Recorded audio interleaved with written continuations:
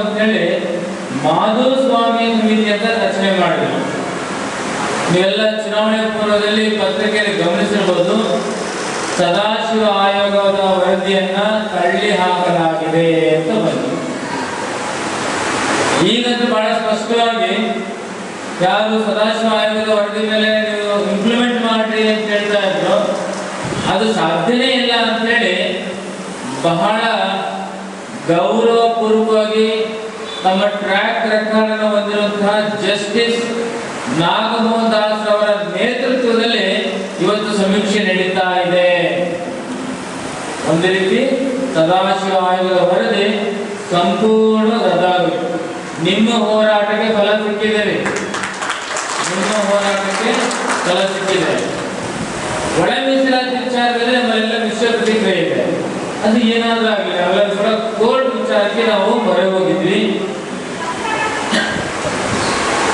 Supreme ಕೋರ್ಟೇ order ಮಾಡಿಬಿಟ್ಟಿದೆ, ನೀವು ಮಾಡಬೇಕು, implement ಮಾಡಬೇಕು, ಎಂಪರಿಕಲ್ ಡಾಟಾ ಕಲೆಕ್ಟ್ ಮಾಡಬೇಕು ಅಂತಂದಾಗ ಮತ್ತೆಲ್ಲರೂ ಕೋರ್ಟ್ ಆಜ್ಞೆಯನ್ನು ಪರಿಪಾಲಿಸ್ತಾರೆ, ಅವಕಾಶಗಳು ಹುಡುಕ್ತಾ ಇದ್ದಾರೆ.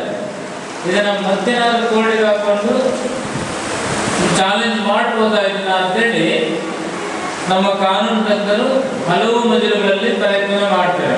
ಆ ಪ್ರಯತ್ನಗಳು ನಿರಂತರ ಪಕ್ಕಕ್ಕಿಡೋಣ. ಆದರೆ ಈಗಾಗಲೇ ಸುಪ್ರೀಂ ಕೋರ್ಟ್ ನಿರ್ದೇಶನ ಮೇಲೆ ಇಡೀ ದೇಶದಲ್ಲಿ ಮೊಟ್ಟ ಮೊದಲಿಗೆ ಬಾರಿಗೆ ಆಂಧ್ರದಲ್ಲಿ ಇಂಪ್ಲಿಮೆಂಟ್ ಆಗಿದೆ. ನಮ್ಮ ರಾಜ್ಯದಲ್ಲಿ ಇಂಪ್ಲಿಮೆಂಟ್ ಮಾಡೋದಕ್ಕೆ ಪ್ರಯತ್ನ ಮಾಡುವಾಗ ಬಹಳ ಜಾಣ ನಡೆಯನ್ನು ಅನುಸರಿಸ್ತಾ ಮುಂದೆ ಕೋರ್ಟಿಗೆ ಹೋಗಬಾರ್ದು, ಕೋರ್ಟಿಗೆ ಹೋದ್ರೆ ಮಾಡಿದ ವ್ಯರ್ಥ ಆಗಬಾರ್ದು ಅಂತೇಳಿ ಹೇಗಾದಾಗಲೇ ಮತ್ತೊಮ್ಮೆ ಸಮೀಕ್ಷೆ ಮಾಡಬೇಕಂತ ಪ್ರಾರಂಭ ಮಾಡಿದ್ರೆ ಅದು ಬಹಳ ಘನವಾಗಿ ಗಾಂಭೀರ್ಯವಾಗಿ ಪ್ರಾರಂಭ ಮಾಡ್ತಾ ಇದ್ದಾರೆ. ನಮಗೆಲ್ಲ ಅನಿಸ್ಬೋದು, ಇಡೀ ನಮ್ಮ ರಾಜ್ಯದಲ್ಲಿ ಸರಿಸುಮಾರು ಈಗ 2025 ಜುಲೈ 1ನೇ ತಾರೀಕಿನ ಅಂಕಿ ಅಂಶದ ಪ್ರಕಾರ, ಜನಗಣತಿಯ ಪ್ರಕಾರ ನಮ್ಮ ರಾಜ್ಯದ ಜನಸಂಖ್ಯೆ 6,80,000. 6,80,000 ಅಂತಂದ್ರೂ ಕೂಡ ಮನೆಗೆ ಒಂದು 4 ನೀವು ಹೊಡೆದಾಕಿದ್ರು ಕೂಡ ಅದು ಕನಿಷ್ಠದ್ದು 6,80,00,000 ಅಂತಂದ್ರೆ ಕನಿಷ್ಠ ಒಂದು 3 ಕೋಟಿ ಮನೆಗಳನ್ನು ಬರ್ತದೆ. ಕನಿಷ್ಠ 3 ಕೋಟಿ ಮನೆಗಳಲ್ಲಿ ಇದರಲ್ಲಿ SC ಮನೆಗಳಾದ್ರೆ ಉಳಿತಾರೆ, ಸಹಜ ಪ್ರಶ್ನೆ ಬರುತ್ತಲ್ಲ. ಅದಕ್ಕೆ ಈ ಸಮೀಕ್ಷೆಯ ಆಯೋಗ ಏನ್ ಮಾಡಿದೆ, ನೋಡಪ್ಪ ನೀನು SC ಹೌದು ಅಲ್ಲ ಅಂತೇಳಿ ನೀನು ಬೋರ್ಡ್ ಹಾಕೊಂಡಿರ್ತಿಲ್ಲ ಮನೆ ಹೊರಗಡೆ, ನಾನು SC ಇದೀನಿ ಬನ್ನಿ ಅಂತೇಳಿ. ಇವತ್ತು ನಾವು ಬೋರ್ಡ್ ನೋಡ್ಕೊಂಡು ಒಳಗೆ ಬರಕ್ಕೂ ಆಗಲ್ಲ. ಅದಕ್ಕೆ ಏನ್ ಮಾಡಿದ್ರೆ ಪ್ರತಿ ಮನೆ ಸಮೀಕ್ಷೆ, ಪ್ರತಿ ಮನೆಗೆ ಕೂತ್ಕೊಳ್ತಾರೆ, ನಿನ್ನ ಹೆಸರು ಕೊಟ್ಕೊಳ್ತಾರೆ, ನೀನ್ ಕ್ಯಾಸ್ಟ್ ಅಂತ ಕೇಳ್ತಾರೆ. SC ಹೌದು ಅಲ್ಲೋ ಅಂತ ಪ್ರಶ್ನೆ ಕೇಳ್ತಾರೆ. SC ಅಲ್ಲ ಅಂತಂದ್ರೆ ಆಯ್ತು ಇಷ್ಟೇ ನಿಮ್ಮ ಮನೆಗೆ ಸಮೀಕ್ಷೆ ಅಂತ ಹೊರಕ್ಕೆ ಬರ್ತಾರೆ. SC ಹೌದು ಅಂದ್ರೆ ಅಲ್ಲಿಂದ ಸ್ಟಾರ್ಟ್ ಮಾಡ್ತಾರೆ. ನಮ್ಮ ರಾಜ್ಯದ ಪ್ರತಿ ಗ್ರಾಮ ಪಂಚಾಯಿತಿಯ, ಪಟ್ಟಣ ಪಂಚಾಯಿತಿಯ, ಪುರಸಭೆಯ, ನಗರಸಭೆಯ, ಮಹಾನಗರ ಪಾಲಿಕೆಯ ವ್ಯಾಪ್ತಿಯಲ್ಲಿ ಮತದಾರರ ಪಟ್ಟಿ ಏನಿದೆ, ಮತದಾರರ ಪಟ್ಟಿಯಲ್ಲಿ ಒಬ್ಬರನ್ನೂ ಬಿಟ್ಟು ಹೋಗಾಗೆ. ಬಹುಶಃ ಚುನಾವಣೆ ಬಂತು ಅಂತಂದ್ರೆ ಹೈದರಾಬಾದ್ಗೆ ಹೋದರೂ ಬರ್ತಾರೆ, ಬೆಂಗಳೂರಿಗೆ ಹೋದರೂ ಬರ್ತಾರೆ, ಬಾಂಬೆಗೆ ಹೋದರೂ ಬರ್ತಾರೆ. ಅವ್ರು ಬರಲ್ಲ ಅಂದ್ರೂ ಕೂಡ ಓಟ್ ಹಾಕ್ಸ್ಕೊಳ್ಳೋ ತರಿಸ್ಕೊಳ್ತಾರೆ.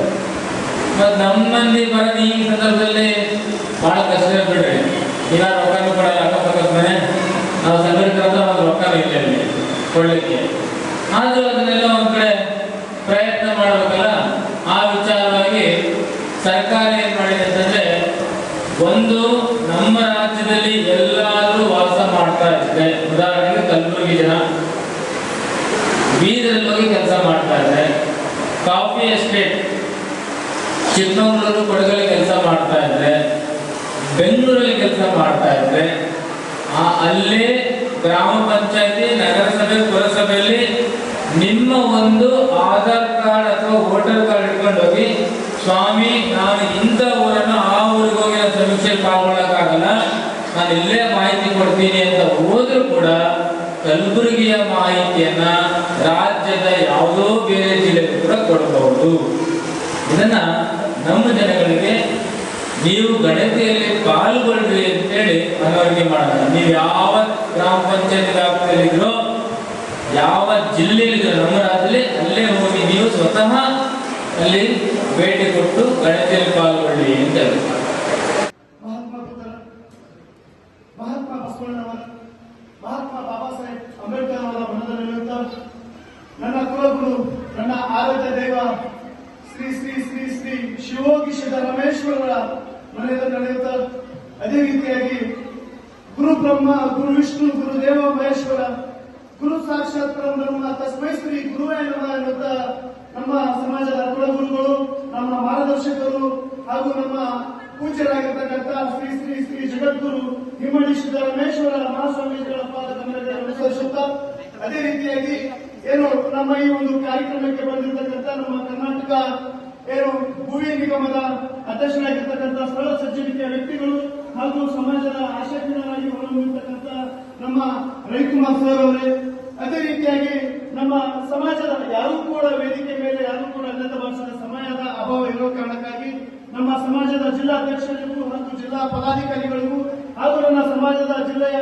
ಗಣ್ಯ ವ್ಯಕ್ತಿಗಳಿಗೂ, ಹಿರಿಯರಿಗೂ, ಎಲ್ಲ ಸಮಸ್ತ ನನ್ನ ತಾಲೂಕಾ ಅಧ್ಯಕ್ಷರುಗಳಿಗೂ ಹಾಗೂ ನನ್ನ ಭೂಮಿ ಸಮಾಜದ ಎಲ್ಲ ನನ್ನ ಕುಲ ಬಾಂಧವರಿಗೂ ಹಾಗೂ ನನ್ನ ಸಮಸ್ತರಿಗೂ ನಾನು ತುಂಬ ಹೃದಯದ ಸ್ವಾಗತ ಜೊತೆ ನನ್ನ ನಮಸ್ಕಾರಗಳನ್ನು ಸಲ್ಲಿಸುತ್ತೇನೆ. ಒಟ್ಟಾರೆಯಾಗಿ ಏನು ಇವತ್ತಿನ ದಿನ ಎರಡು ಮಹಾನ್ ವಿಷಯಗಳ ಕುರಿತು ಇವತ್ತಿನ ದಿನ ನಾವು ಒಂದು ಸಭೆಯನ್ನು ಹಮ್ಮಿಕೊಂಡಿದ್ದೀವಿ. ಮೊದಲನೇದಾಗಿ ಏನು ಭಾರತ ರತ್ನ ಮಹಾನ್ ಮಾನವತಾವಾದಿ ಸಂವಿಧಾನ ಶಿಲ್ಪಿ ವಿಶ್ವರತ್ನ ಬಾಬಾ ಸಾಹೇಬ್ ಅಂಬೇಡ್ಕರ್ ಅವರ 134ನೇ ಜಯಂತ್ಯೋತ್ಸವ ಕಾರ್ಯಕ್ರಮ. ಅದೇ ರೀತಿಯಾಗಿ ಈಗಾಗಲೇ ಭೂಮಿ ಒಟ್ಟು ಸಮಾಜದ ಒಂದು ಜನಜಾಗೃತಿ ಒಂದು ಕಾರ್ಯಕ್ರಮದ ವಿಷಯವಾಗಿ ನಾವು ಹಮ್ಮಿಕೊಂಡಿದ್ದೀವಿ. ಒಂದನೇದಾಗಿ ಬಾಬಾ ಸಾಹೇಬ್ ಅಂಬೇಡ್ಕರ್ ಅವರ ಬಗ್ಗೆ ಪ್ರಾರಂಭ ಮತ್ತು ಅಂತ್ಯ ಬಹಳ ಕಠಿಣವಾದ್ದು. ಯಾಕಂತಂದ್ರೆ ಬಾಬಾ ಸಾಹೇಬ್ ಅಂಬೇಡ್ಕರ್ ಅವರು ಕೇವಲ ಒಂದು ಸಮುದಾಯಕ್ಕೆ, ಜಾತಿಗೆ ಸೀಮಿತ ಇರಲಾರಂತ ವ್ಯಕ್ತಿ. ಅವರು ವಿಶ್ವವ್ಯಾಪ್ತಿ ಮತ್ತು ವಿಶ್ವರತ್ನ ಅಂತ ಇಡೀ ಜಗತ್ತೇ ಒಪ್ಪಿಕೊಂಡಿರ್ತಕ್ಕಂಥ ಒಬ್ಬ ಶ್ರೇಷ್ಠ ಏನು ಬಾಬಾ ಸಾಹೇಬ್ ಅಂಬೇಡ್ಕರ್ ಅವರು ಇವತ್ತಿನ ದಿನ ನಮ್ಮ ಭೂಮಿ ವರ್ಗ ಸಮಾಜದಿಂದ ನಾವು ಜಯಂತಿ ಮಾಡ್ತಾ ಇದೀವಿ ಅಂದ್ರೆ ನಾವೆಲ್ಲರೂ ಕೂಡ ಇವತ್ತಿನ ನಾವು ಪುಣ್ಯವಂತರು ಅಂತ ಹೇಳಿ ವೇದಿಕೆ ಮುಖಾಂತರ ನಾವು ಇವತ್ತಿನ ದಿನ ನಾನು ಹೇಳ್ಬೇಕಾಗ್ತದೆ.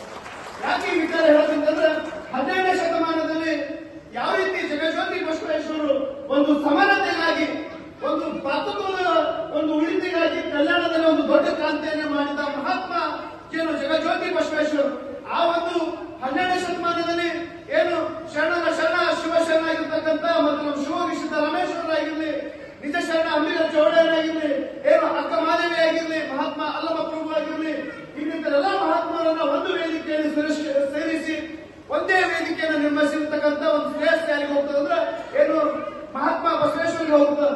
ಅವರ ಒಂದು ಸಮಾನತೆಯನ್ನ, ಅವರ ಒಂದು ಹಾದಿಯನ್ನೇ 20ನೇ ಶತಮಾನದಲ್ಲಿ ಬಾಬಾ ಸಾಹೇಬ್ ಅಂಬೇಡ್ಕರ್ ಸಂವಿಧಾನದ ಮೂಲಕ ಇವತ್ತಿನ ಜಾರಿಗೆ ತರ್ತಕ್ಕಂಥ ಕೆಲಸ ಆ ಒಬ್ಬ ಪುಣ್ಯಾತ್ಮ ಬಾಬಾ ಸಾಹೇಬ್ ಅಂಬೇಡ್ಕರ್ ಇವತ್ತಿನ ದಿನ ನಾವು ಮಾಡ್ತಿರ್ತಕ್ಕಂಥ ಕಾಣ್ತಿದ್ದೀವಿ.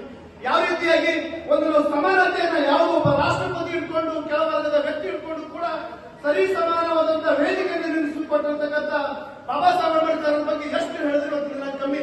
ಆ ಒಂದು ಬಾಬಾ ಸಾಹೇಬ್ ಅಂಬೇಡ್ಕರ್ ತತ್ವ ಸಿದ್ಧಾಂತವನ್ನ ಬಾಬಾ ಸಾಹೇಬ್ ಅಂಬೇಡ್ಕರ್ ಹಾಕಿಕೊಂಡಿರ್ತಕ್ಕಂಥ ಹಾದಿಯಲ್ಲಿ ಇವತ್ತಿನ ದಿನ ಪ್ರತಿಯೊಂದು ಜಾತಿ ಜನರು ಕೂಡ ಇವತ್ತಿನ ದಿನ ಪಾಲನೆ ಮಾಡಬೇಕಾಗಿದೆ, ಅವಶ್ಯಕತೆ ಆಗಿದೆ. ನಮ್ಮ ಬಾಬಾ ಸಾಹೇಬ್ ಅಂಬೇಡ್ಕರ್ ಹೇಳಿದಾಗ ಯಾವುದೇ ಒಂದು ಸಮುದಾಯದ ಅಭಿವೃದ್ಧಿ ಆಗಬೇಕಾದ್ರ, ಸಮಾಜದ ಅಭಿವೃದ್ಧಿ ಆಗಬೇಕಾದ್ರ, ಮತ್ತ ಇನ್ನಿತರ ಅಭಿವೃದ್ಧಿ ಆಗಬೇಕಾದ್ರೆ ಶಿಕ್ಷಣದಿಂದ ಮಾತ್ರ ಸಮಾಜದ ಅಭಿವೃದ್ಧಿ ಅನ್ನುವ ಒಂದು ಮಂತ್ರವನ್ನು ಕೊಟ್ಟಂತ ಶ್ರೇಷ್ಠ ಬಾಬಾ ಸಾಹೇಬ್ ಅಂಬೇಡ್ಕರ್ ಅವರು. ಒಂದು ಸಣ್ಣದಾಗಿ ಬಾಬಾ ಸಾಹೇಬ್ ಅಂಬೇಡ್ಕರ್ ಒಂದು ಸನ್ನಿವೇಶನ ಹೇಳ್ಬೇಕಂತಂದ್ರೆ, ಬಾಬಾ ಸಾಹೇಬ್ ಅಂಬೇಡ್ಕರ್ ಹುಟ್ಟು ಮತ್ತು ಕೊನೆಗಾಲದ ಸಂಘರ್ಷದಿಂದ ತುಂಬಿರ್ತಕ್ಕಂಥ ಒಂದು ಕಠಿಣ ಜೀವನ ಬಾಬಾ ಸಾಹೇಬ್ ಅಂಬೇಡ್ಕರ್ ಆಗಿತ್ತು. ಬಾಬಾ ಸಾಹೇಬ್ ಅಂಬೇಡ್ಕರ್ ಶಾಲೆಗೆ ಏನಾದ್ರು ಕಲಿಬೇಕಂತ ಹೋದಾಗ ಅವರಿಗೆ ಹಿಡಿದು ದಬ್ಬಿರ್ತಕ್ಕಂಥ ನಿದರ್ಶನದಲ್ಲಿ ಅಂತ ಒಂದು ಸಂದರ್ಭದಲ್ಲಿ ಶಾಲೆಯಲ್ಲಿ ತನ್ನನ್ನು ತಾನು ಪಡಿಸಿಕೊಂಡು ವಿಶ್ವವ್ಯಾಪ್ತಿಯಲ್ಲಿ ವಿಶ್ವರತ್ನ ಆಗಿ ಇವತ್ತು ಮುಗಿಸ್ಕೊಂಡ. ಯಾವ ಶಾಲೆಯಿಂದ ಹಿಡಿಕೊಂಡು ಹಿಡಿದು ಯಾವ ರೀತಿ ಹೋಗಿದ್ರು ಅದೇ ಶಾಲೆಯಲ್ಲಿ ಇವತ್ತು ಬಾಬಾ ಸಾಹೇಬ್ ಅಂಬೇಡ್ಕರ್ ನಮಸ್ಕರಿಸಿ ಇವತ್ತು ದಿನ ಶಾಲೆಯಲ್ಲಿ ಎದ್ದಿರ್ತಕ್ಕಂಥ ಸನ್ನಿವೇಶ ಕ್ರಿಯೇಟ್ ಮಾಡತಕ್ಕಂಥದ್ದು ಯಾರಾದ್ರೂ ಬಾಬಾ ಸಾಹೇಬ್ ಅಂಬೇಡ್ಕರ್. ಯಾವ ಪಠ್ಯ ಪುಸ್ತಕ ಓದಬೇಕು, ಯಾವ ಪುಸ್ತಕ ಓದಬೇಕಂತ ಬಾಬಾ ಸಾಹೇಬ್ ಆ ಸಂದರ್ಭದಲ್ಲಿ ಏನು ಪ್ರಯತ್ನ ಪಟ್ಟಾಗ ಪುಸ್ತಕ ಕೊಡದಂತ ಸನ್ನಿವೇಶನ ಕಂಡು ಅದೇ ಇವತ್ತು ಪುಸ್ತಕದಲ್ಲಿ ಬಾಬಾ ಸಾಹೇಬ್ ಅಂಬೇಡ್ಕರ್ ಸುವರ್ಣ ಅಕ್ಷರದಲ್ಲಿ ಇವತ್ತಿನ ದಿನ ಪುಸ್ತಕದಲ್ಲಿ ಪ್ರತಿಯೊಬ್ಬ ಪೀಳಿಗೆ ಕೂಡ ಓದ್ತಾ ಇದ್ದೀವಿ. ಹಾಗಾಗಿ ಬಾಬಾ ಸಾಹೇಬ್ ಅಂಬೇಡ್ಕರ್ ಸಂಘರ್ಷಮಯ ಜೀವನವನ್ನ ನಾವು ಪ್ರತಿಯೊಬ್ಬರು ಕೂಡ ಅಳವಡಿಸಿಕೊಳ್ಬೇಕು. ಶಿಕ್ಷಣ ಹೋರಾಟ ಸಂಘಟನೆಯಿಂದ ಸಮಾಜನ ಏನು ಉನ್ನತಿಯತ್ತ ಸಾಗಬೇಕು. ಅದೇ ರೀತಿಯಾಗಿ ಎರಡನೇ ವಿಚಾರವಾಗಿ ಇವತ್ತಿನ ದಿನ ನಾವು ಏನು ಒಳ ಮೀಸಲಾತಿ ಇರ್ತಕ್ಕಂಥ ಒಂದು ಏನು ಪೂರ್ವ ಸಭೆಗೆ ಬಂದಿದ್ದೀವಿ. ಈ ಒಂದು ಒಳ ಮೀಸಲಾತಿ ಸುಮಾರು ಶತಮಾನಗಳಿಂದ ಮತ್ತು ನಮ್ಮ ಮತ್ತು ಇನ್ನಿತರ ಸಮುದಾಯದ ಜಾತಿಗಳ ಬಗ್ಗೆ ನಡೀತಾ ಇರ್ತಕ್ಕಂಥ ಹಕ್ಕಿನ ಹೋರಾಟ ಯಾವುದೇ ವೈಯಕ್ತಿಕ ಹೋರಾಟ ಅಲ್ಲ.